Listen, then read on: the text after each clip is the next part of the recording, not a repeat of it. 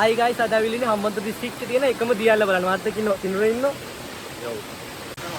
අපි යන්න හදන්නේ දියැල්ල වැටෙන තැන බලන්න. පාර නම් දුෂ්කරයි.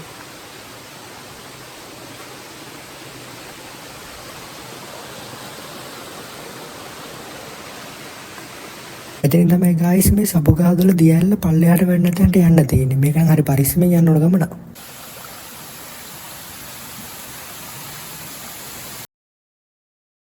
අපි දැන් ඉන්නේ සබුගාදොල දියැල්ල උඩ. මාත් මේ පළවෙනි පාට තමයි දියැල්ල උඩට ආවේ. මේ කඳු පන්තිත් එක මෙතනට මාර ලස්සන view එකක් තමයි පේන්නේ තියෙන්නේ.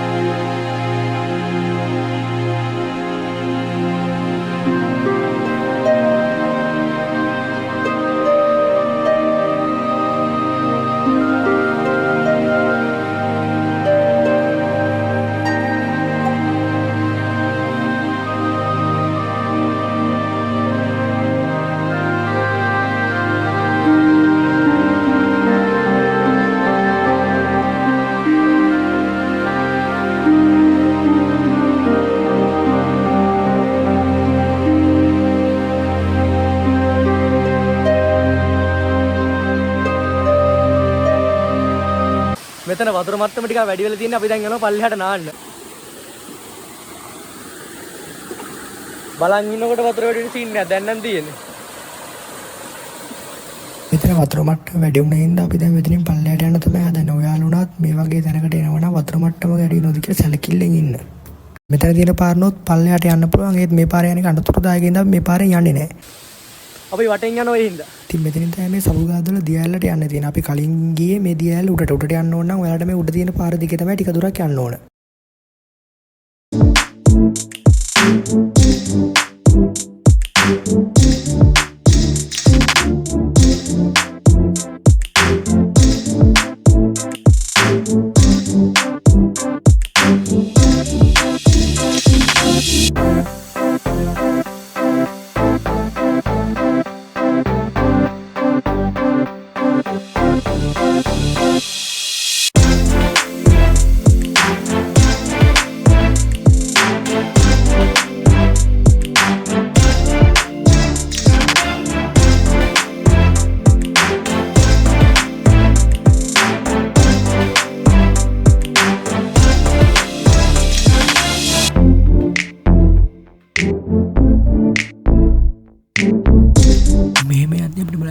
සබුගාදොල දියැල හරිම ලස්සන පරිසර පද්ධතියක් තමයි මේවට තියෙන්නේ.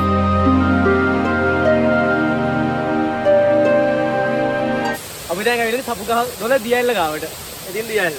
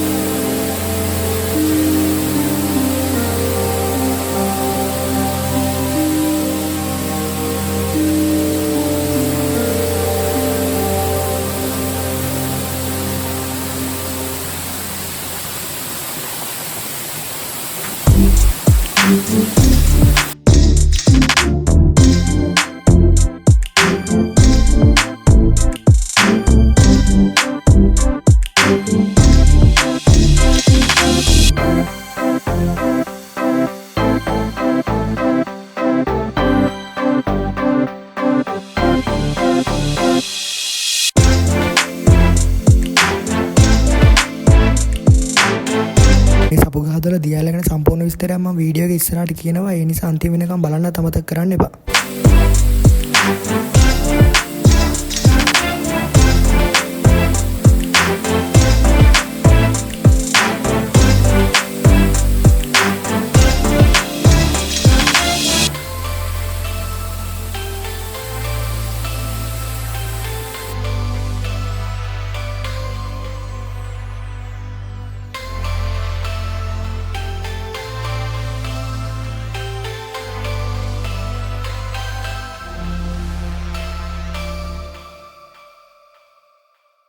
සපුගාදොල් දියඇල්ල පීටල තියෙන දකුණු පළාතේ හම්බන්තොට දිස්ත්‍රික්කයේ වලස්මුල්ල ප්‍රාදේශීය ලේකම් කොට්ටාසේ තිබෙන වරාපිටිය කියන සුන්දර ගමේ දියඇල්ල තියෙන ප්‍රදේශයට කියන්නේ රම්මල කියලා.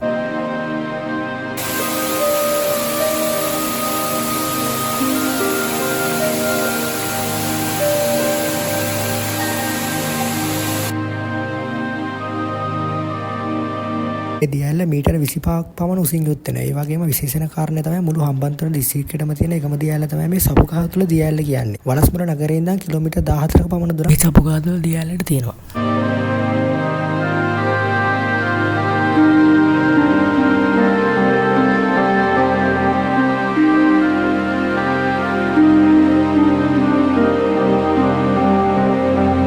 ඉතින් guys මේ vlog එක මෙතනින් ඉවර වෙනවා. ඔයාලත් මේ දියඇල්ලට ඇවිල්ලා තියෙනවා. ඒ ගැන කමෙන්ට් එකක් දාන්න අමතක කරන්නත් එපා. අපි හම්බෙමු මේ වගේ අලුත් බලුත් තවත් vlog එකකින්.